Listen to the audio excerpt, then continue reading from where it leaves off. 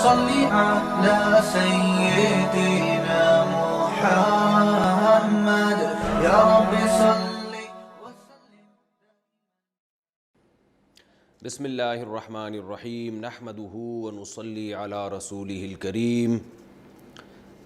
تفسیر قرآن میں پچھلے ایپیسوڈ میں پچھلے لیکچر میں سورہ نساء ہم نے شروع کی تھی، اور سورہ نساء کا پہلا رکوع اور چوتھے پارے کا 12واں رکوع یہ چل رہا تھا. اس رکوع کا لفظی ترجمہ کمپلیٹ ہو چکا، مختصر گرامر ہو چکی، اور اس رکوع کی تفسیر چل رہی تھی.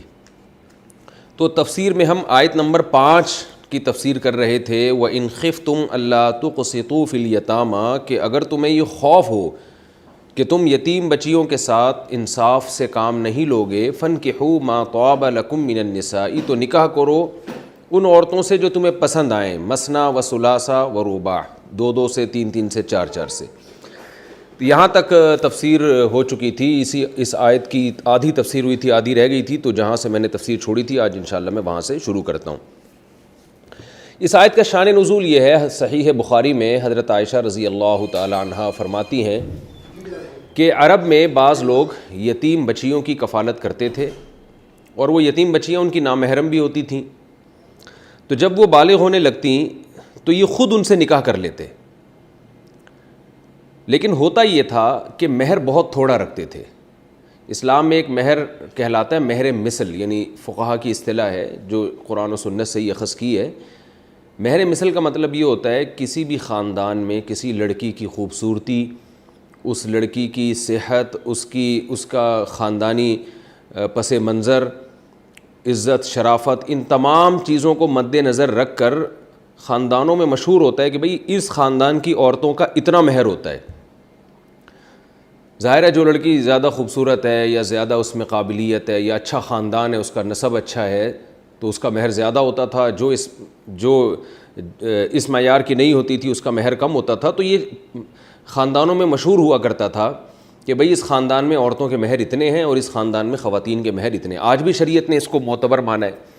یہی وجہ ہے کہ اگر کسی نے نکاح کیا اور مہر کا تذکرہ ہی نہیں کیا اس میں، تو نکاح تو ہو جائے گا. اب مہر کتنا دیں گے؟ تو فقہا کہتے ہیں مہر مثل دینا پڑے گا. یہ دیکھنا پڑے گا جس لڑکی سے آپ نے نکاح کیا اس کی بہن کا مہر کتنا تھا، بہن نہیں ہے تو پھپھو خالہ وغیرہ کا مہر کتنا تھا، اس کو طے کر کے مہر مثل کو متعین کیا جاتا ہے. تو وہ یعنی اس طرح نا ہر ایک کا مہر مثل کہلاتا ہے شریعت میں. آج کل تو مہر وہر کا سیٹ اپ سارا خراب ہو گیا ہے. بڑے اچھے اچھے خاندان کی لڑکیوں کے نکاح 20 10 ہزار روپے مہر میں ہو رہے ہیں. تو خیر، تو اب ہوتا یہ تھا کہ یتیم بچی سے جب کوئی شخص خود نکاح کرنا چاہتا تو مہر بہت تھوڑا رکھتا تھا وہ، کیونکہ جس لڑکی کا باپ بھائی وغیرہ موجود ہوں تو وہ تو کم مہر رکھنے نہیں دیں گے. وہ تو کہیں گے بھئی ہماری بچی کا زیادہ مہر رکھو، وہ تو مطالبہ کریں گے. یہاں مطالبہ کرنے والا کوئی تھا ہی نہیں، کیونکہ یہ خود ہی متولی بنا ہوا ہے، یہ خود ہی نکاح کر رہا ہے. تو یہ بھی ایک نوعیت کا ظلم تھا. تو قرآن نے اس ظلم سے روکنے کے لیے صحابہ کرام کو حکم دیا کہ اگر تمہیں یہ خوف ہے کہ تم یتیم بچیوں کے ساتھ ناانصافی کرو گے، یعنی ان کو اتنا مہر نہیں دو گے جتنا ان کا بنتا ہے، تو فَانْكِحُوا مَا طَابَ لَكُم مِّنَ النِّسَاءِ، اس کے علاوہ جو بہت ساری عورتیں دنیا میں ہیں ان سے 2 3 4 سے نکاح کرو. کیا یہ مطلب یہ کہ انہی کے سے کیوں تمہیں نکاح کرنے کی ضرورت پڑی ہے؟ اگر کوئی مجبوری ہو، کسی کو کوئی رشتہ نہ مل رہا ہو، یا اسلام نے نکاح کو مشکل بنایا ہو، نکاح کے معاملے میں تمہیں بہت ساری پابندیوں میں ڈال دیا ہو، تو انسان کہتا ہے میں مجبور ہوں، میرے پاس پورا مہر دینے کے پیسے نہیں ہیں، تو میں اسی لڑکی سے نکاح کروں گا جو میری کفالت میں رہی ہے. لیکن اسلام نے تمہیں نکاح کے معاملے میں آزاد رکھا ہے. اسلام نے تمہیں اجازت دی ہے 2 3 4 شادیوں کی. تو تمہیں کیا ضرورت ہے کہ تم یہیں پر نکاح کرو؟ تمہیں چاہیے کہ تم ما طاب لکم، یعنی جو تمہیں عورتیں پسند آئیں، مطلب ان کے علاوہ، تو ان کے علاوہ جو بھی عورتیں تمہیں پسند آئیں ان میں سے 2 3 4 سے نکاح کرو. ان سے نکاح نہیں کرو، کیونکہ ان سے اگر نکاح کرو گے تو تمہیں ان کے ساتھ پھر ظلم سے بچنا ہے. ظلم کا مطلب جتنا مہر ان کا بنتا ہے وہ تمہیں دینا پڑے گا. آگے ارشاد فرمایا فَإِنْ خِفْتُمْ أَلَّا تَعْدِلُوا، اگر تمہیں خوف ہو کہ تم عدل نہیں کر سکو گے، یعنی یہ جو 2 3 4 نکاحوں کی ہم تمہیں اجازت دے رہے ہیں اور ہمیں بلکہ ترغیب دے رہے ہیں کہ ان کے علاوہ سے کرو، تو اگر تمہیں یہ خوف ہے اللہ تعدلوا کہ تم 2 یا 2 سے زیادہ بیویوں میں عدل نہیں کر سکتے، فواحدتن تو پھر ایک پر اکتفا کرو، یعنی پھر فنکحوا واحدتن تو نکاح کرو ایک سے، او ما ملکت ایمانکم یا اکتفا کرو ان باندیوں پر جو جس کے تم مالک ہو۔ باندی کا تصور کیا ہے میں بہت دفعہ تفسیر کے لیکچر میں بتا چکا ہوں، تو پھر باندیاں تم جتنی چاہے رکھو، آج باندیاں نہیں ہو سکتی، یہ خوب ذہن میں رکھیں۔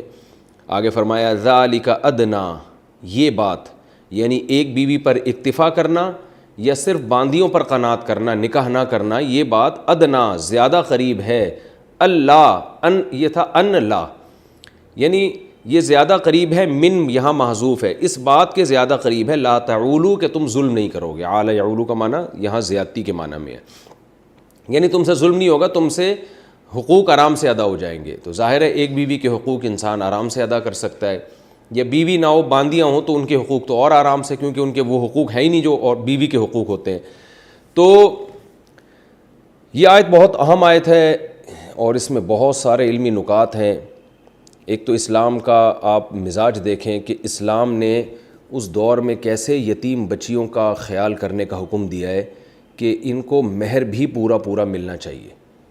آج تو یتیم کیا، جس باپ کی بیٹی موجود ہوتی ہے اور جس کا باپ موجود ہے اور جو ایجوکیٹڈ ہو، کوالیفائڈ لڑکی ہو، اس کو بھی پورا مہر نہیں مل رہا ہوتا جتنا اس کا حق بنتا ہے، بلکہ الٹا کروڑوں روپے کا جہیز دینے پر وہ مجبور ہو رہی ہے۔ تو وجہ اس کی کیا ہے؟ وجہ یہی ہے کہ اس آیت پر عمل نہیں ہو رہا، کیونکہ قرآن کہہ رہا ہے کہ جس مرد کو اللہ نے 2 3 4 شادیاں کی اجازت دی ہے تو اسے کیا ضرورت ہے کسی عورت پہ ظلم کرے۔ دیکھیں اس میں بہت ٹیکنیکل پوائنٹ ہے۔ مرد کو جب یہ پتہ ہوتا ہے نا پوری زندگی میں نے ایک عورت ہی سے نکاح کر کے اسی پر اکتفا کرنا ہے، تو وہ اپنا معیار کم کرنے پر راضی نہیں ہوتا، وہ چاہتا ہے میں ہر لحاظ سے فائدہ اٹھاؤں نکاح میں، مہر بھی پورا نہ دوں اور مجھے رشتہ بھی بہت خاندانی ملے۔ لیکن جب آپ کو یہ پتہ ہوتا ہے کہ بھائی میرے پاس آپشن بہت ہیں، تو انسان پھر گزارا کرتا ہے، وہ کہتا ہے کوئی بات نہیں، فی الحال یہاں نکاح کر لو، یہ ذرا کم درجے کا ہے، جب اللہ مالی وسائل دے گا تو ایک اور نکاح کروں گا۔ تو اس سے کیا ہوتا ہے، معاشرے کی جو کم درجے کی عورتیں ہیں وہ بھی مرد کے نکاح میں آ جاتی ہیں اور وہ بھی ازدواجی زندگی سے محروم زندگی گزارنے پر مجبور نہیں ہوتی۔ یہ بہت ایک اہم بات ہے۔ تو آج بھی اگر مردوں کو 2 2 3 3 4 4 شادیوں کی اجازت دے دی جائے اور معاشرے میں یہ چیز رائج ہو جائے تو پھر آپ دیکھیں گے معاشرے میں کم عمر لڑکا بڑی عمر کی لڑکی سے بھی شادی کرے گا، وہ ایسی لڑکیوں سے بھی شادی کرے گا جو کوالیفائڈ نہیں ہیں، وہ ایسی لڑکیوں سے بھی شادی کرے گا جو ہے وہ معذوری ہو ان میں، یا طلاق یافتہ ہوں یا بیوہ ہوں۔ میں اکثر ایک مثال دیتا ہوں نا، قربانی کا بکرا سال میں ایک دفعہ خریدا جاتا ہے تو اس میں کیا تگ و دو لوگ کرتے ہیں، تو بیوی جو زندگی میں ایک دفعہ رکھی جائے تو اس میں کتنا اونچا معیار ہوگا۔ تو جب مرد کو آپشن دے دیا جاتا ہے نا کہ آپ 2 سے زیادہ بھی کر سکتے ہیں، تو پھر وہ اس کا معیار کم ہوتا ہے۔ اس کی بالکل ہم اس آیت کو یوں بھی مفہوم بیان کر سکتے ہیں کہ قرآن کہہ رہا ہے یتیم بچیوں کو تم پورا مہر نہیں دے سکتے تو انہی سے کیوں شادی کر رہے ہو بھائی، ان کے علاوہ 2 2 3 3 4 4 سے شادیاں کرو۔ تو بالکل ہم یہاں یہ بھی کہہ سکتے ہیں کہ اگر تمہیں کوئی بہت معیاری رشتہ نہیں مل رہا اور اس کی وجہ سے تم نکاح میں تاخیر کر رہے ہو تو یہ کام مت کرو، ان کے علاوہ ایک تھوڑی 2 2 3 3 4 4 سے نکاح کر لو تم۔ تو تعدد زوجات یعنی ایک سے زیادہ نکاح اگر آپ معاشرے میں فروغ دیتے ہیں تو اس کا مرد کے بجائے عورت کو زیادہ فائدہ ہے۔ آگے اللہ تعالیٰ کا ارشاد ہے فَإِنْ خِفْتُمْ أَلَّا تَعْدِلُوا، اگر تم عدل نہیں کر سکتے تو پھر ایک پر اکتفا کرو۔ اس آیت کی جو صحیح تفسیر حضرت قتادہ رضی رحمہ اللہ تعالیٰ بہت بڑے تابعی ہیں اور بہت بڑے مفسر گزرے ہیں، وہ اس آیت کی تفسیر میں فرماتے ہیں کہ قرآن کی اس آیت کا مطلب یہ ہے کہ اگر تمہیں خوف ہو کہ تم عدل نہیں کر سکتے فواحدتاً تو ایک بیوی پر اکتفا کرو۔ آگے وہ فرماتے ہیں کہ اس کا مطلب ہے اگر ایک کے حقوق بھی ادا نہیں کر سکتے تو پھر ایک نکاح کی بھی تمہیں اجازت نہیں ہے، بلکہ صرف باندیوں پر قناعت کرو۔ تو خوب سمجھ لیں کہ یہ جو کہا جاتا ہے نا کہ 2 شادیاں وہ کرے جو عدل کر سکتا ہو، تو ایسا نہیں ہے، ایک شادی بھی وہ کرے جو عدل کر سکتا ہو۔ عدل کا معنی برابری نہیں ہے، عدل کا معنی ہے حقوق۔ دیکھیں عدل جو ہے نا، عدل یہ ظلم کی اپوزٹ ہے۔ ہم کہتے ہیں نا عادل بادشاہ ہے، کیا مطلب رعایا پر ظلم نہیں کرتا، یہ جج عدل کرتا ہے، کیا مطلب برابری نہیں، اس کا مطلب ہے ظلم نہیں کرتا۔ اور ظلم کی ڈیفینیشن یہ ہے کہ جس کا جو بھی واجب حق ہے آپ وہ ادا نہ کریں۔ مثال کے طور پر آپ کے 2 بیٹے ہیں، اب آپ کیا کر رہے ہیں کہ ایک بیٹے ایک معذور ہے، اس کو پیسوں کی ضرورت ہے، آپ اس کو ہدیہ دے دیتے ہیں, پیسے دے دیتے ہیں, یا کوئی پراپرٹی دے دیتے ہیں کہ یار یہ میرا بیٹا معذور ہے اور یہ بیچارہ کما نہیں سکتا, لیکن دوسرا بالکل صحت مند ہے, آپ اس کو ایک پراپرٹی نہیں دیتے کہ یہ تو کما سکتا ہے, تو یہ برابری نہیں ہے لیکن عین عدل ہے. برابری تو جب ہوتی جب جو معذور ہے اس کو بھی آپ ایک پراپرٹی دیتے اور اسی ویلیو کی پراپرٹی آپ اس کو بھی دیتے جو معذور نہیں ہے, تو یہ برابری کہلاتی, یہ مساوات کہلاتی. اسلام آپ سے مساوات کا تقاضا نہیں کرتا, اسلام آپ سے عدل کا مطالبہ کرتا ہے. اب انہی دو بیٹوں کی مثالوں کو ہم ایک دوسری طرح سے سمجھتے ہیں کہ دو بیٹے ایک جیسے ہیں, دونوں ایک جیسا کما سکتے ہیں, ایک جیسی صلاحیت ہے دونوں میں, لیکن آپ ایک کو ہبہ کرتے ہیں, ہدیہ دیتے ہیں, 1 کروڑ کا پلاٹ دے دیتے ہیں اور ایک کو 10 لاکھ کا دیتے ہیں, تو یہاں برابری نہیں ہے. لیکن یہ برابری نہ کرنا ظلم بھی, یعنی یہ ظلم بھی کہلائے گا, یہ بھی کہا جائے گا کہ آپ نے عدل نہیں کیا. اس لیے کہ جب دونوں ایک جیسے ہیں, دونوں کو ایک جیسی ضرورت ہے, تو ایک کو زیادہ دینا, ایک کو کم دینا, یہاں برابری نہ کرنا ظلم ہے. اس لیے کہ اس سے آپ یہ شو کر رہے ہیں کہ گویا دوسرا سوتیلا ہے. تبھی رسول اللہ صلی اللہ علیہ وسلم نے فرمایا سووا بین اولادکم, نعمان ابن بشیر رضی اللہ عنہ سے حدیث ہے کہ اپنی اولاد میں برابری کرو. برابری کا مطلب یہ کہ ایسا معاملہ نہ کرو کہ ایک کو یہ احساس ہو کہ میں گویا میں ابا کا سوتیلا بچہ ہوں اور یہ سگا ہے, تو اس لیے اولاد میں برابری. حدیث میں آتا ہے کہ ایک صحابی رسول اللہ صلی اللہ علیہ وسلم کی خدمت میں آئے, عرض کیا یا رسول اللہ میں ایک غلام اپنے ایک بیٹے کو دینا چاہتا ہوں, تو آپ اس پر گواہ بن جائیے. آپ صلی اللہ علیہ وسلم نے فرمایا کتنے بچے ہیں تمہارے؟ انہوں نے فرمایا 2. فرمایا ان کو بھی دے رہے ہو؟ صحابی نے کہا نہیں. آپ نے فرمایا لا اشہد علی جور, میں ظلم پہ گواہ نہیں بن سکتا. تو دیکھیں وہ دونوں بچے ایک جیسے تھے, تو ایک کو خادم دے رہے ہیں ایک کو نہیں دے رہے, تو برابری نہیں کر رہے. یہاں برابری نہ کرنے کو نبی صلی اللہ علیہ وسلم نے جور ظلم کو کہتے ہیں, ظلم سے تعبیر کیا ہے. وجہ اس کی یہ کہ دونوں کو سیم ضرورت ہے نا, یا تو دونوں کو نہ دو تو پھر دونوں کو دو. تو کبھی برابری نہ کرنا ظلم کہلاتا ہے اور کبھی برابری کرنا بھی ظلم کہلاتا ہے. تو اس لیے ظلم کی ڈیفینیشن اور عدل کی ڈیفینیشن کو سمجھنے کی ضرورت ہے کہ عدل کہتے ہیں نا انصافی, ضرورت مند کو زیادہ دینا یہ نا انصافی نہیں ہے. لیکن اگر ضرورت دونوں کو سیم ہے پھر کسی ایک کو زیادہ کسی ایک کو کم دینا یہ نا انصافی ہے.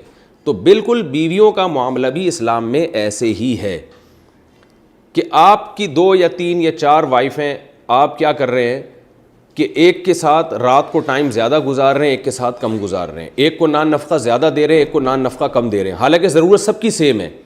تو یہاں برابری نہ کر کے آپ ایک بیوی پہ ظلم کر رہے ہیں. اس لیے رسول اللہ صلی اللہ علیہ وسلم نے فرمایا جس کی 2 بیویاں ہوئیں اور اس نے ان کے درمیان ناانصافی کی یعنی برابری نہیں کی, تو قیامت کے دن وہ اس حال میں آئے گا کہ اس کا آدھا دھڑ فالس زدہ ہوگا, کیونکہ ایک طرف وہ مائل ہو گیا تھا تو اللہ اس کے آدھے دھڑ کو فالس زدہ کر دیں گے. لیکن بعض دفعہ یہ ہوتا ہے کہ ایک کو ضرورت زیادہ ہے ایک کو ضرورت کم ہے, تو پھر ایسے موقع پر کسی ایک زوجہ کو زیادہ دینا ایک کو کم دینا یہ ظلم میں داخل نہیں ہے, کیونکہ یہاں آپ ناانصافی نہیں کر رہے بلکہ یہ عین انصاف کا تقاضا ہے. اسی وجہ سے فقہا کے درمیان ایک اختلافی مسئلہ ہے, اس کو بھی میں یہاں بیان کرتا ہوں کہ اگر آپ کی 2 زوجات ہیں اور ایک کروڑ پتی خاندان سے کا تعلق ہے اور ایک کا تعلق بہت غریب فیملی سے ہے, یعنی آپ نے 2 شادیاں کی, ایک بیوی آپ لے آئے کسی بہت ہی لینڈ لارڈ کی بیٹی لے آئے جو ایئر کنڈیشن میں رہا کرتی تھی اور اس کو بہت ہائی لیول کے اسٹینڈرڈ کا اس کا جو لائف اسٹینڈرڈ تھا بہت ہائی لیول کا تھا خوراک لباس کے معاملے میں, اور ایک بیوی آپ ایسے خاندان کی لے کر آئے ہیں جو انتہائی لو لیول کا اسٹینڈرڈ تھا ان کا رہائش کا, وہ بیچاری پنکھا بھی نہیں اپنے گھر, کہیں جھوپڑی سے آپ لے کر آ گئے. ایک مثال سے بات سمجھانے کی کوشش کر رہا ہوں میں. تو جمہور علماء یہ کہتے ہیں, امام شافعی, امام مالک اور امام احمد ابن حنبل, 3 ائمہ کے نزدیک ان دونوں کے درمیان نان نفقے کے معاملے میں برابری ضروری ہے. دونوں کو ایک اسٹینڈرڈ کی رہائش دینی پڑے گی اور دونوں کا نان نفقہ خوراک ایک ہی معیار کا ہوگا, اور اس کی دلیل وہ یہ دیتے ہیں قرآن کہہ رہے ہیں تم عدل نہیں کر سکتے تو ایک پر اکتفا کرو. تو عدل کا معنی وہ لیتے ہیں برابری, کہتے ہیں برابری کرنی پڑے گی. لیکن امام ابو حنیفہ رحمہ اللہ تعالیٰ کی رائے یہ ہے, اور فقہ حنفی میں اسی پر عمل ہے جو امام حنیفہ کی رائے پر, وہ کہتے ہیں عدل کا معنی ناانصافی سے بچنا ہے. تو اگر آپ کی ایک وائف کا اس لائف اسٹینڈرڈ بہت ہائی لیول کا ہے اور ایک کا جو اسٹینڈرڈ تھا جس خاندان سے آپ لائے ہیں بہت لو لیول کا ہے, تو آپ نان نفقے کے معاملے میں ان کے اسٹینڈرڈ میں فرق کر سکتے ہیں, کیونکہ مالدار لڑکی کو غریب بیوی جیسا اسٹینڈرڈ دینا یہ اس کے ساتھ ظلم ہے، کیونکہ اس نے اپنے باپ کے گھر میں یہ سب کچھ نہیں دیکھا۔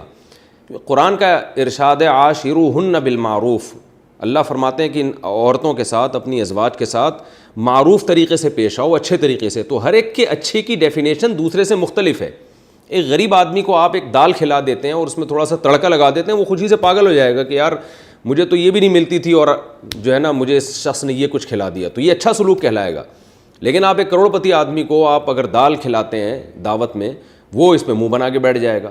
تو ہر ایک کا اچھا وہ دوسرے سے مختلف ہوتا ہے، ایک ہی معیار نہیں ہے جس پہ آپ سب کو لائیں۔ تو فرماتے ہیں یہی اصول بیویوں کے بارے میں بھی ہے کہ اگر آپ کی ایک وائف کا اسٹینڈرڈ بہت اونچا تھا، بلکہ فقہاء نے تو یہاں تک لکھا ہے کہ اگر آپ نے شادی کی ہے ایسے خاندان سے جس خاندان میں عورتیں گھر کے کام کاج کرتی نہیں ہیں اور بلکہ ان کے ہاں نوکر رکھے ہوتے ہیں انہوں نے، تو شوہر پر لازم ہوگا کہ بیوی سے نہ صرف یہ کہ وہ گھر کے کام نہیں لے سکتا، بلکہ الٹا بیوی کے لیے اس کو نوکر کا انتظام کر کے دینا پڑے گا۔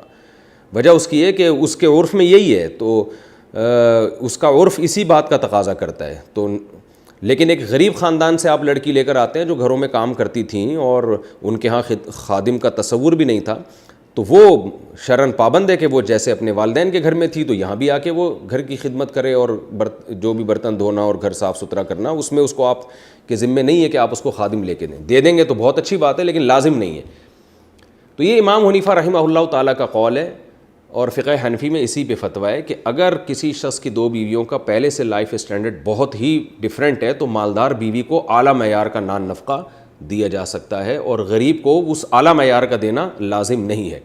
البتہ کوئی دل بڑا کرے اور غریب بیوی کو اسی اسٹینڈرڈ کی جو ہے وہ لائف دے جو مالدار کو دی ہوئی ہے، اور اس کا لائف اسٹینڈرڈ بالکل ایسا ہی لیونگ اسٹینڈرڈ اور خوراک پوشاک وغیرہ کا اسٹینڈرڈ بالکل اسی لیول کا دیتے تو یہ نور اللہ نور بہت اچھی بات ہے، لیکن یہ شرعاً لازم نہیں ہے۔ تو وجہ اس کی کیا ہے کہ یہاں امام حنیفہ کے نزدیک یہ جو آیت ہے فَإِنْ خِفْتُمْ أَلَّا تَعْدِلُوا، کہ تم عدل اگر نہیں کر سکتے، تو یہاں عدل کا معنی برابری نہیں ہے، بلکہ یہاں عدل کا معنی ہے کسی پہ ظلم نہ ہو۔ تو ظلم کی ڈیفینیشن ہر ایک کے حق میں مختلف ہے۔ تو اب خلاصہ میں بیان کر دیتا ہوں اس آیت کا کہ اگر کسی کی 2 یا 3 یا 4 بیویاں، ان کا جو وہ جس گھرانے سے آئی ہیں وہ تقریباً سیم ہی ہیں، زیادہ فرق نہیں ہے، تو پھر ایک ہی اسٹینڈرڈ کی رہائش تینوں کو، دونوں کو یا چاروں کو دینی پڑے گی، خوراک کے معاملے میں بھی اور لباس کے معاملے میں۔ لیکن اگر ان میں بہت زیادہ فرق ہے تو جو مالدار ہے اس کو تھوڑا سا لائف اس کا جو اسٹینڈرڈ ہے آپ تھوڑا ہائی رکھ سکتے ہیں۔ لیکن یہ کوالٹی کے بارے میں، کوانٹٹی کے بارے میں نہیں ہے۔ کوانٹٹی کا مطلب یہ ہے کہ آپ نے جتنے جوڑے مالدار کو بنا کے دیے کپڑے، اتنے ہی آپ کو غریب بیوی کو بھی بنا کے دینے پڑیں گے۔ ہاں اسٹینڈرڈ تھوڑا سا اس کا ہائی رکھیں گے، اس کے کپڑوں کا معیار تھوڑا اونچا ہوگا اور اس کا معیار اس کے حساب سے ہوگا۔ دوسرا، ٹائم میں برابری بہرحال ضروری ہے۔ یہ نہیں ہو سکتا کہ مالدار بیوی کے پاس ٹائم زیادہ گزار رہے ہیں، غریب بیوی کے پاس ٹائم کم گزار رہے ہیں، کیونکہ یہ ٹائم تو ایسی چیز ہے، یہ تو شوہر کا یعنی عورت کا بنیادی حق ہے۔ تو اس میں یہ نہیں ہوتا کہ مالدار کو ٹائم زیادہ چاہیے تو غریب کو ٹائم کم چاہیے، ایسا کچھ نہیں ہے۔ جتنی راتیں اور ٹائم میں، رات میں ٹائم جو ہے یہ برابری ضروری ہے۔ دن میں حنفیہ کے نزدیک برابری ضروری اس لیے نہیں ہے کہ دن میں انسان کے 10 کام ہوتے ہیں، ایک بیوی کو زیادہ ضرورت ہے، بعض دفعہ وہاں کوئی کام ہے، اس کو بیماری ہے یا اور کوئی 10 مسائل ہیں، تو ایسے وہ دن کے اندر برابری ضروری نہیں ہے۔ رات جو ہے وہ جتنی راتیں ادھر گزاری سیم راتیں دوسری بیوی کے پاس گزارنا ضروری ہے، اس سے مالدار اور غریب سے کوئی فرق نہیں پڑتا۔ البتہ دن میں بھی اتنا ٹائم ایک جگہ صرف کرنا کہ دوسری کو یہ احساس ہو کہ یہ بھئی جان بوجھ کر تنگ کرنے کے لیے مجھے وہاں بیٹھ رہا ہے زیادہ، حالانکہ وہاں ضرورت نہیں ہے، تو یہ پھر بہرحال ناجائز کام ہوگا، کیونکہ یہ بھی ظلم کی ڈیفینیشن میں آتا ہے۔ اسی طرح سفر میں بھی برابری ضروری نہیں ہے۔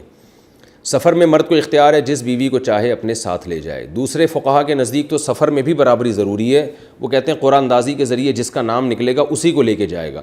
لیکن احناف کہتے ہیں کہ رسول اللہ صلی اللہ علیہ وسلم جو قرآن اندازی کیا کرتے تھے وہ دل جوئی کے لیے، کیونکہ قرآن اندازی سے کوئی چیز کسی پر لازم نہیں ہوتی، اور وجہ اس کی ہے افضل تو یہی ہے کہ قرآن اندازی اور جس زوجہ کا نام نکلا آپ اس کو سفر پہ لے کر جائیں، لیکن یہ لازم اس لیے نہیں ہے کہ سفر میں مرد کو درجنوں حوادث پیش آ سکتے ہیں۔ بعض دفعہ مرد کو زنا کا خطرہ ہوتا ہے، اب وہ ایسی وائف کو لے کر جائے جو ایجڈ ہے، تو مرد کو یہ خطرہ ہوتا ہے کہ میں زنا میں مبتلا نہ ہو جاؤں، کیونکہ اس کی اٹریکشن اس کی طرف کم ہو چکی ہوتی ہے۔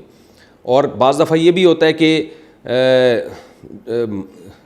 یہ بھی خطرہ ہوتا ہے کہ ایک وائف بیمار ہے تو وہ اگر وہ اصرار کرے اس کو لے جائے تو 10 مسائل کھڑے ہو سکتے ہیں. تو سفر میں اللہ نے مرد کو اختیار دیا ہے. احناف کے نزدیک، احناف کی رائے یہ ہے کہ سفر میں برابری ضروری نہیں ہے، وہ جس زوجہ کو ساتھ لے جائے، لیکن سنت کا تقاضا یہ ہے، اور دوسرے فقہا کا تو اس کو واجب سمجھتے ہیں کہ اس میں بھی وہ قرآن اندازی کرے اور جس کا نام نکلے اس کو لے کر جائے، وہ اپنی طرف سے اس کو اختیار نہیں ہے. تو یہ دونوں قول ہیں، جس پر چاہیں آپ عمل کریں اپنے حالات دیکھ کر. اچھا بھائی، تو یہ تو لم سم اصول میں نے بیان کر دیے. البتہ ایک زوجہ کے علاج پہ زیادہ خرچ ہو رہا ہے، دوسرے کے علاج پہ کم خرچ ہو رہا ہے، تو یہ بھی غلط نہیں ہے. وجہ اس کی ہے کہ علاج ایک ایسی چیز نہیں ہے جس میں برابری ممکن ہو.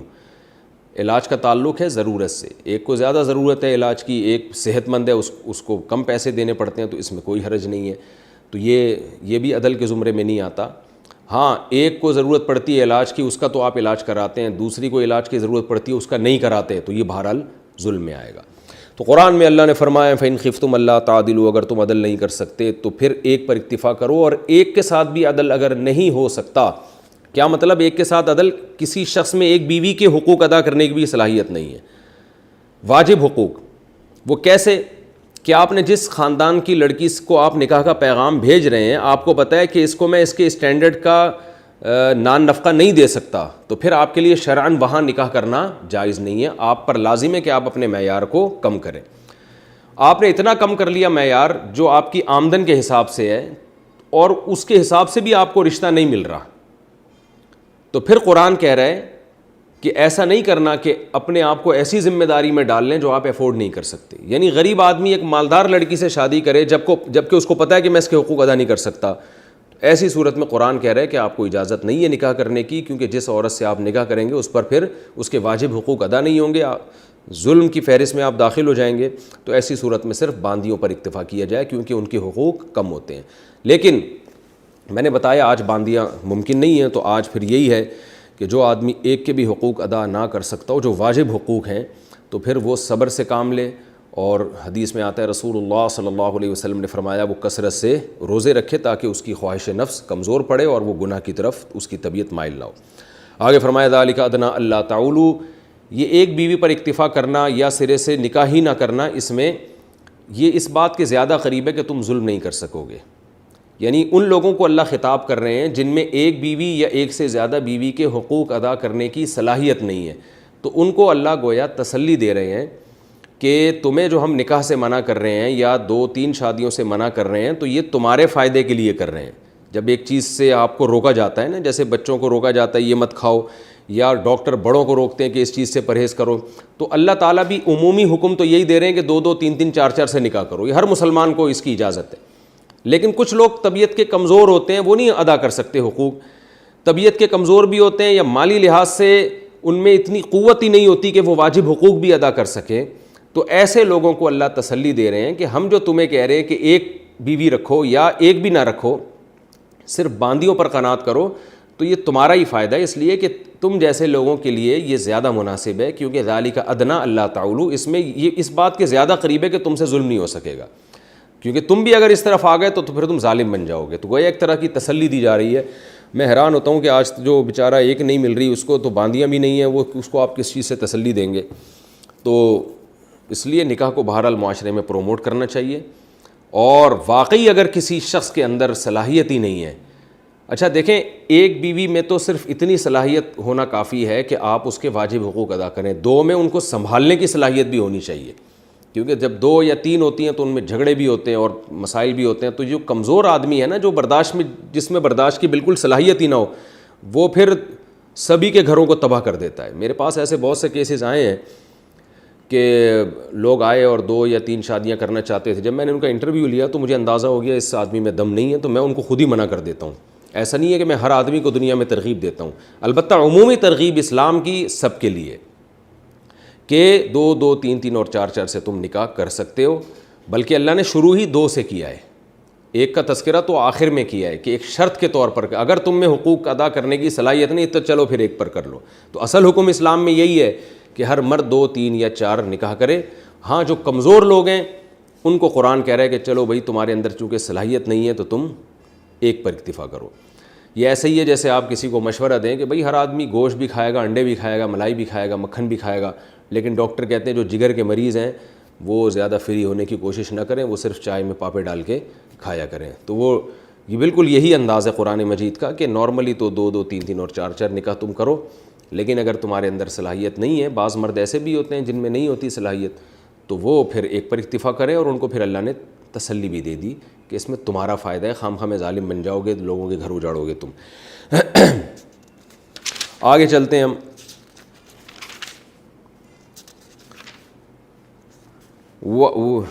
وَآتُوا النِّسَاءَ صَدُقَاتِهِنَّ نِحْلَةً، چونکہ نکاح کی بات آئی ہے تو نکاح میں جو سب سے پہلا حق مرد پہ عورت کے لیے واجب ہوتا ہے نان نفقے سے بھی پہلے، وہ ہے مہر۔ قرآن کہہ رہا ہے آتوا النساء صدقاتہن نحلۃ، عورتوں کو ان کا مہر نحلۃ، تحفہ سمجھ کے دیا کرو، ایک پینلٹی یا جرمانہ سمجھ کے نہ دیا کرو کہ کس مصیبت میں پھنس گیا، اس سے شادی کر کے اتنا مہر میرے اوپر آ گیا ہے۔ تو اللہ فرماتے ہیں دل کی خوشی سے ان کو مہر دیا کرو۔ فَإِن طِبْنَ لَكُمْ عَن شَيْءٍ مِّنْهُ، پس اگر وہ تمہارے لیے راضی ہو جائیں، طبنا طابہ یطیبو کا مطلب یہ میں اس ترجمے میں بتا چکا ہوں، دل کی خوشی سے راضی ہو جائے، نفساً، نفس کہتے ہیں دل کو، نفس کے اعتبار سے، یعنی دل کے اعتبار سے اس مہر میں سے کچھ حصے پر وہ راضی ہو جائیں۔ بعض دفعہ عورت آدھا مہر چھوڑ دیتی ہے اور پورا بھی چھوڑ دے تو بھی قرآن میں آتا ہے دوسری مقام پر فَكُلُوهُ هَنِيئًا مَرِيئًا، تو رج کے کھاؤ، پھر کوئی ٹینشن نہیں ہے کہ یار بعض دفعہ شیطان کہتا ہے عورت کا مال کھا رہا ہوں میں، بیوی کا مال کھا رہا ہوں، تو قرآن کہہ رہا ہے اگر وہ دل کی خوشی سے معاف کر دیں تو اس میں کوئی حرج نہیں۔ اس آیت سے پتہ چلتا ہے کہ مہر خالصتاً عورت کا حق ہے۔ آج بعض لوگوں میں جن کے پاس شریعت کا علم نہیں ہے وہ سمجھتے ہیں کہ مہر جو ہے لڑکی کے باپ کا حق ہے۔ بعض دفعہ لوگ بیٹیاں بیچ رہے ہوتے ہیں مہر لے کے، اور وہ مہر ان کی اپنی جیب میں جاتا ہے، کچھ بچی کو کچھ وہ بنا کے دے دیتے ہیں فرنیچر وغیرہ، اور سارا پھر اپنے جیب میں رکھ لیتے ہیں، تو یہ حرام ہے۔ اس آیت سے صاف پتہ چلتا ہے کہ اور آپ نے بیوی کو مہر دینا ہے، اور اس کو یہ پوری اجازت ہے کہ چاہے تو وہ پورا مہر رکھ لے، چاہے تو وہ معاف کر دے۔ اور یہ بھی اس آیت سے میں پتہ چلا کہ قرآن نے یہ نہیں کہا کہ اگر وہ معاف کر دیں، بلکہ قرآن نے کہا طبن لکم، دل کی خوشی سے معاف کر دیں۔ یہ اس لیے قرآن نے کہا ہے کہ عورت کی طبیعت میں نرمی ہے، اور مرد اس نرمی سے ناجائز فائدہ اٹھاتا ہے۔ وہ بیوی، اب ظاہر ہے عورت شوہر کے تابع بھی ہے، مرد اس سے یہ کہے گا کہ چھوڑو یار تم مجھ سے کیوں مہر مانگ رہی ہو، میرے 10 مسائل ہیں۔ اب عورت کو پتہ ہے میں نے اسی میاں کے ساتھ ساری زندگی گزارنی ہے، اگر میں اس سے پیسوں کا مطالبہ کروں گی تو میرے میاں کے دل میں میری نفرت پیدا ہو جائے گی کہ یہ لالچی ہے، تو وہ نہ چاہتے ہوئے بھی بیچاری بسا اوقات معاف کر دیتی ہے۔ تو اس لیے قرآن نے کہا کہ اس کی زبان کا اعتبار نہیں ہے، اگر وہ معاف کر دے تو معاف نہیں ہوگا جب تک وہ دل سے معاف نہ کرے۔ تو اس سے اب ظاہر ہے دل کو تو کوئی بھی ٹٹول کے نہیں دیکھ سکتا نا، تو اس سے پتہ چلتا ہے کہ آپ کو قرائن سے پتہ چل جائے، ایسے قرائن ہو، واضح قرائن ہو جس سے آپ کو پتہ چل جائے، غالب گمان ہو جائے کہ بھئی یہ واقعی دل سے ہی معاف کر رہی ہے، تو یہ آپ کا اور اللہ کا معاملہ ہے۔ تو اس لیے اس معاملے میں بہت احتیاط سے کام لینا چاہیے، کیونکہ قرآن میں آگے آ رہا ہے دوسرے مقام پہ کہ لا یحل لکم ان ترثوا النساء کرہا، تمہارے لیے حلال نہیں ہے کہ تم عورت کے مال کو زبردستی کھا جاؤ، اور دل کی خوشی کے بغیر اس کا مال حلال نہیں ہے۔ تو یہاں یہ اللہ نے قید لگا دی ہے کہ وہ معاف کرے تو آپ کو یہ اطمینان ہونا چاہیے کہ یہ دل سے معاف کر رہی ہے، کسی شرم میں، مروت میں، یا شوہر کے دباؤ میں، یا خاندانی دباؤ میں آ کے معاف نہیں کر رہی۔ تو اللہ فرماتے ہیں پھر وہ معاف کر دے تو تم اس کو رج کے کھاؤ۔ یہاں ایک علمی اشکال یہ بھی ہوتا ہے کہ دیکھیں جب بھی کسی کے لیے کوئی چیز واجب ہوتی ہے تو صاحب حق اگر معاف کر دے تو پوری دنیا کا اصول ہے کہ وہ معاف ہو جاتا ہے۔ مثال کے طور پر آپ نے کسی سے کوئی چیز خریدی، آپ نے اس کو 1 لاکھ روپے دینے ہیں، تو اگر وہ صاحب 1 لاکھ معاف کر دیں تو ان کا حق ہے، معاف ہو جائے گا۔ تو یعنی اس کو ہائی لائٹ کرنے کی، بیان کرنے کی ضرورت کیا ہے؟ مہر جب عورت کا حق ہے تو یہ تو ساری دنیا کے ایک اصول ہے نا کہ جب اس کا حق ہے تو وہ گفٹ بھی تو دے سکتی ہے میاں کو، لے کے بھی واپس کر سکتی ہے، تو لینے سے ہی انکار کر دے تو یہ تو سب جانتے ہیں، تو قرآن نے اس کو بیان کیوں کیا ہے؟ اور کمال کی بات ہے مہر کا ذکر قرآن میں جہاں بھی آ رہا ہے وہاں قرآن اس کا تذکرہ کر رہا ہے کہ عورت کے معاف کرنے سے معاف ہو جائے گا، اور کسی بھی واجب حق کے بارے میں یہ نہیں قرآن نے بیان کیا کہ صاحب حق معاف کر دے تو معاف ہو جائے گا۔ جیسے آگے وراثت کے مسائل آ رہے ہیں کہ بیٹے کا اتنا حصہ، بیٹی کا اتنا حصہ، اس میں بھی آگے آنا چاہیے تھا کہ بیٹا معاف کر دے تو معاف ہو جائے گا، لیکن وہاں کہیں ذکر نہیں آ رہا۔ مہر کا جہاں بھی ذکر آ رہا ہے قرآن میں، آپ جہاں بھی دیکھیں گے تفسیر میں قرآن میں، وہاں ساتھ ساتھ یہ ذکر آ رہا ہے کہ بیوی معاف کر دے تو معاف ہو جائے گا۔ اس میں کیا حکمت ہے، اس کو خوب اچھی طرح سمجھیں۔ اس میں حکمت یہ ہے کہ مہر کا بنیادی مقصد یہ نہیں ہے کہ شوہر کی جیب سے پیسے نکل کے عورت کے پاس جائیں، کیونکہ عورت کوئی خریدنے والی چیز نہیں ہے کہ آپ نے جناب کسی خاتون کو خریدا ہے پیسوں کے بدلے میں، وہ باندی نہیں ہے، لونڈی یا غلام نہیں ہے جس کو آپ خرید رہے ہیں۔ مہر کا جو بنیادی مقصد ہے وہ یہ ہے کہ فری میں جب آپ کو کوئی چیز ملتی ہے تو آپ کے دل میں اس کی قدر نہیں ہوتی۔ اس لیے تمام فقہا مہر کو اسی طرح ڈیفائن کرتے ہیں کہ مہر عورت کی قیمت نہیں ہے، کیونکہ وہ کی پراپرٹی یا کوئی جانور نہیں ہے کہ آپ اس کو خرید رہے ہیں اس کے باپ سے یا اسی سے خرید رہے ہیں کہ پیسے دے کے، کیونکہ وہ غلام نہیں بنتی۔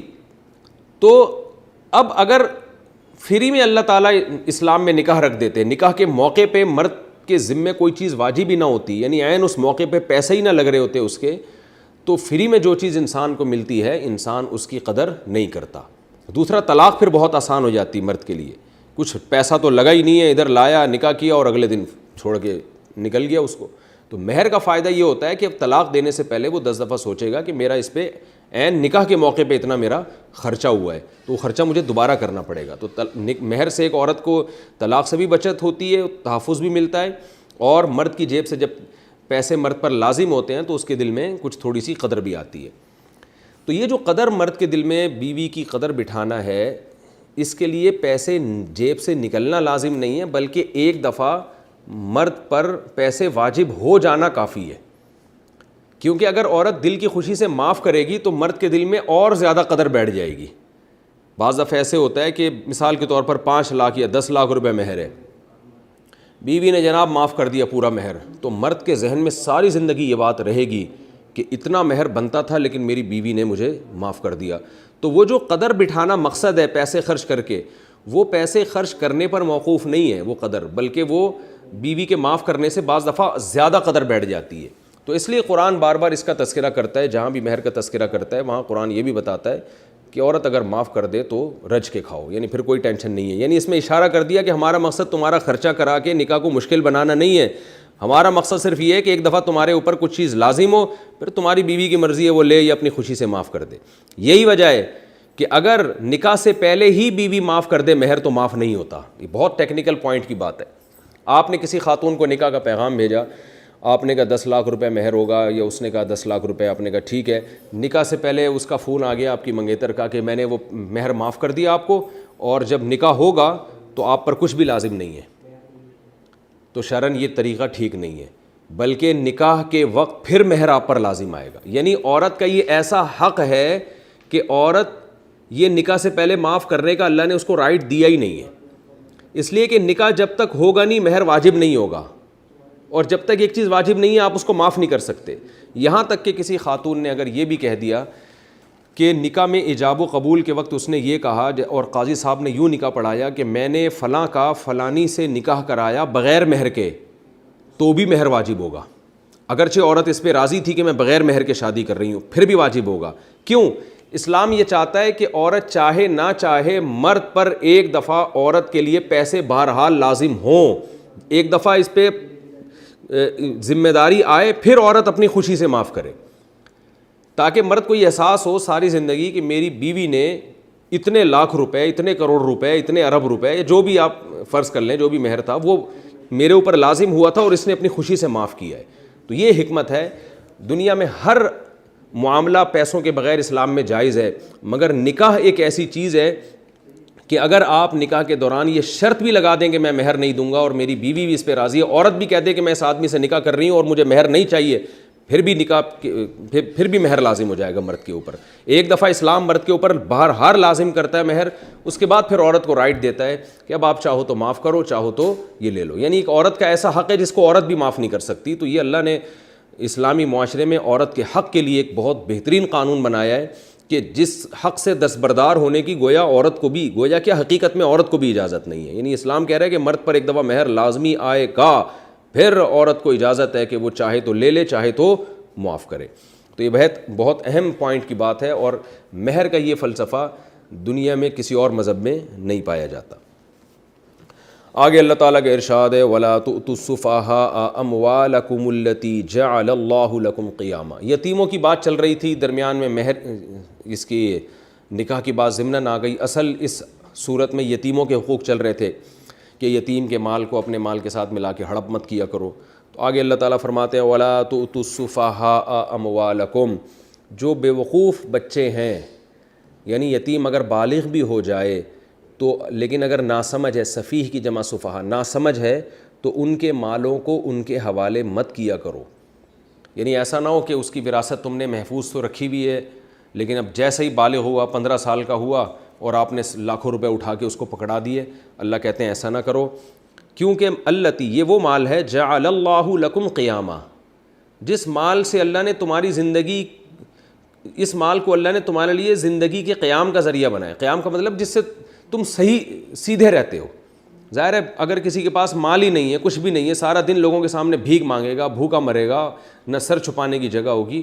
تو اللہ نے یہاں مال کی ویلیو کو بھی بیان کیا کہ یہ مال ویلیویبل چیز ہے, اس کو تم ناسمجھ بچوں کے حوالے مت کر دیا کرو, کیونکہ یہ مال زندگی گزارنے کا ایک ذریعہ ہے. تو ان بچوں کے حوالے کرو گے یہ ایسے ہی اڑا دیں گے اور پھر ساری زندگی برباد ہوتے پھریں گے. تو اس لیے اس مال کی حفاظت کرو ان بچوں کے لیے. یعنی اس سے پچھلی آیت میں تو قرآن نے کہا تھا کہ ان کے مال کو کھاؤ مت جب تک یہ نابالغ ہیں. تو اس سے ایک وہم ہوتا تھا کہ اچھا اس کا مطلب بالغ ہوتے ہی پورا مال ان کے حوالے کر دیں. تو اللہ فرماتے ہیں ایسا بھی مت کرو, اس لیے کہ پورا مال ان کے حوالے کرو گے, ابھی 15-16 سال کے ناسمجھ ہیں, عیاشی میں اڑا دیں گے. تو ایسا مت کرو, کیونکہ یہ مال ایک قیمتی چیز ہے, ویلیویبل چیز ہے. اس کا نقصان یہ ہوگا کہ زندگی کا قیام اس سے ہے, تو یہ زندگی ان کی برباد ہو جائے گی. تو ان کے حوالے بھی مت کرو. کب حوالے کرنا ہے یہ آگے آیت میں آ رہا ہے, لیکن ایک کام ضرور کرنا ہے, وَارْزُقُوهُمْ فِيهَا, اسی مال میں سے ان کو کھلاتے رہو. یعنی ان کی وراثت کا مال, یا جو بھی ان کی پراپرٹی ہے, جو بھی ان کا مال ہے, ان کے حوالے کرنے کے بجائے جو ان کی بنیادی ضرورتیں ہیں وہ انہی کے مال سے پوری کرو. وَاكْسُوهُمْ, ان کو پہناؤ. کسا یکسو کا معنی لباس, یعنی ان کو لباس اور خوراک اس سے پوری کرو.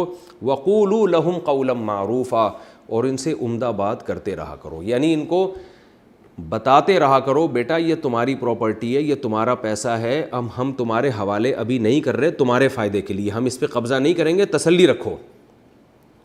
تم جو ہم سے مانگ رہے ہو اور ہم تمہیں نہیں دے رہے, تو یہ نہیں کہ ہم اس مال پہ سانپ بن کے بیٹھ گئے, یا ہم کھائیں گے, یا ہم اس کو اڑائیں گے. نا نا نا نا, بے فکر رہو, تم ذرا سمجھدار ہو جاؤ. A to Z سارا کا سارا تمہارا ہے, اور تمہاری خوراک اور تمہاری پوشاک ہم اسی سے پوری کر رہے ہیں. تو قولوا لهم قولا معروفا کا یہ مطلب, ان کو خود سے بتاتے رہا کرو, ورنہ ان کو بدگمانی ہوگی. لوگ ورغلائیں گے یار تمہارا فلاں چاچا تو دیکھو وراثت پہ قبضہ کر کے بیٹھا ہوا ہے, اور ان کے دل میں بھی بدگمانی ہوگی. تو ان کو عمدہ بات یہی ہے کہ ان کو سمجھاتے رہا کرو کہ ہم تمہیں تمہارا مال دیں گے, یہ اتنی پراپرٹی, یہ ساری ایک ایک چیز کلیئر ہے تمہارے سامنے, لیکن اب یہ تمہارے حوالے سے نہیں کریں گے کہ قرآن نے منع کیا, تم ابھی نہ سمجھو, تم ابھی بچے ہو. آگے اللہ فرما رہے ہیں وَابْتَلُوا الْيَتَامَىٰ. دیکھو کیسا قرآن کیا عجیب حقوق بیان کر رہے ہیں. اللہ کہتے ہیں اب ایسا بھی نہ ہو کہ وہ بالغ ہو چکے ہیں تو اب تمہیں ہم نے اتھارٹی دے دی, اجازت دے دی کہ تم ان کا مال ابھی اپنے پاس قبضے میں رکھو, تو اب تم قبضے میں رکھ کے بھول ہی جاؤ کہ چھوڑو ابھی تو اپنے پاس ہی رکھو, دیکھا جائے گا. نا, وَابْتَلُوا الْيَتَامَىٰ, فرمایا تم ان یتیموں کو آزماتے رہو. کیا مطلب, چیک کرتے رہو کہ ان میں ذرا ہوشیاری ہے یا نہیں ہے. حتیٰ اذا بلغوا النکاح, یہ جو نابالغ بچے ہیں یہاں تک کہ جب یہ نکاح کی عمر کو پہنچ جائیں, یعنی بالغ ہو جائیں, 14-15 سال کی عمر میں بالغ ہو جاتا ہے انسان, تو پھر کیا کرنا ہے, فَإِنْ آنَسْتُم مِّنْهُمْ رُشْدًا, اس عمر کو پہنچنے کے بعد اگر تمہیں ان میں صلاحیت نظر آئے, سمجھداری نظر آئے کہ اب یہ مال خرچ کرنے کی ان کے اندر صلاحیت پیدا ہو گئی ہے, تو فَادْفَعُوا إِلَيْهِمْ أَمْوَالَهُمْ, تو پھر ان کا مال ان کے حوالے کرو. کیا مطلب, اگر سمجھدار نہیں ہے تو پھر ان کا مال ان کے حوالے مت کرو, لیکن دیکھتے رہو کہ یہ سمجھداری ان میں پیدا ہو رہی ہے کہ نہیں ہو رہی. تو اور یہ سمجھداری کی جو آخری عمر ہے, فقہا کا اس میں اختلاف ہے. امام ابو حنیفہ کے نزدیک 25 سال ہے, یعنی 25 سال تک بچہ نہیں, جب تک بالغ بڑا نہیں ہو جاتا, اس سے پہلے اگر آپ یہ سمجھتے ہیں کہ یہ لاؤبالی پن ہے اور یہ پیسہ ایسے ہی اڑا دے گا, یا لوگ بیوقوف بنا کے اس سے پیسہ لے لیں گے, تو 25 سال کی عمر سے پہلے اس کے ولی کو, متولی جو بھی اس کے مال کے متولی ہیں, ان کو اجازت ہے کہ وہ مال اس کے ہینڈ اوور نہ کریں. البتہ جب بچہ 25 سال کا ہو جائے پھر آپ کو روکنے کی اجازت نہیں ہے, کیونکہ پھر سمجھداری کی تو پھر یعنی اگر اس سے بھی زیادہ اجازت دی جائے تو لوگ ہو سکتا ہے 60 سال تک اس کے حوالے نہ کریں اور بہانہ بنائیں کہ یہ تو سمجھداری نہیں ہے. تو اب وہ ہے یا نہیں ہے یہ اس کا ہیڈک ہے, یا اب آپ کا ہیڈک نہیں ہے. تو سمجھداری وہ ہے جو بچپنے کے مقابلے میں ہوتی ہے. تو بچپنا 25 سال میں ہر لحاظ سے ختم ہو چکا ہوتا ہے, کیونکہ 25 سال ایک ایسی عمر ہے کہ اگر انسان کی 13 سال میں شادی ہو, جو بلوغت کی بالکل ابتدائی عمر ہے 13 یا 14 سال میں, اور اس کے اولاد ہو جائے, تو فقہا کہتے ہیں کہ 25 سال میں دادا بننے کا امکان ہوتا ہے. تو وہ عمر جس میں انسان دادا بن سکتا ہے وہ بچپنے کی عمر ہو ہی نہیں سکتی انسان کی. اگرچہ ہوتا نہیں ہے 25 سال میں کوئی بھی دادا نہیں بنتا, لیکن اگر بر وقت نکاح ہو اور بر وقت اولاد ہو تو یہ امکان ہوتا ہے کہ یہ دادا بن سکتا ہے یا نانا بن سکتا ہے یہ. تو اس لیے امام حنیفہ نے یہاں سے استدلال کیا ہے کہ 25 سال کی انتہائی عمر ہے. 15 سال میں بالغ ہو, آپ اس کو آزماتے رہے دیکھیں سمجھداری ہے یا نہیں ہے. قرآن پر آپ عمل کرتے رہے, اس کو غور و فکر کرتے رہے, پھر آپ کو یقین ہو گیا کہ بچہ بھائی واقعی اب سمجھدار ہو گیا ہے. تو کبھی 18 سال میں سمجھدار ہوگا, کبھی 16 سال میں, کبھی 20 سال میں, کبھی 24 سال میں. انتہائی مدت 25 سال. اب 25 سال کے بعد آپ یہ عذر نہیں کر سکتے کہ یہ سمجھدار نہیں ہے. سمجھدار ہو یا نہ ہو, بہرحال آپ کو اس کا پورا مال ہینڈ اوور کرنا پڑے گا, ورنہ اس بچے پر ظلم ہو رہا ہے کہ اس کی پراپرٹی ہے, اس کا مال ہے, اور آپ اس کو دے ہی نہیں رہے. وہ تو یہ آخری عمر ہے. وَلَا تَأْكُلُوهَا إِسْرَافًا وَبِدَارًا. یہ آیت پر انشاءاللہ پھر میں اگلے ایپیسوڈ میں بیان کروں گا.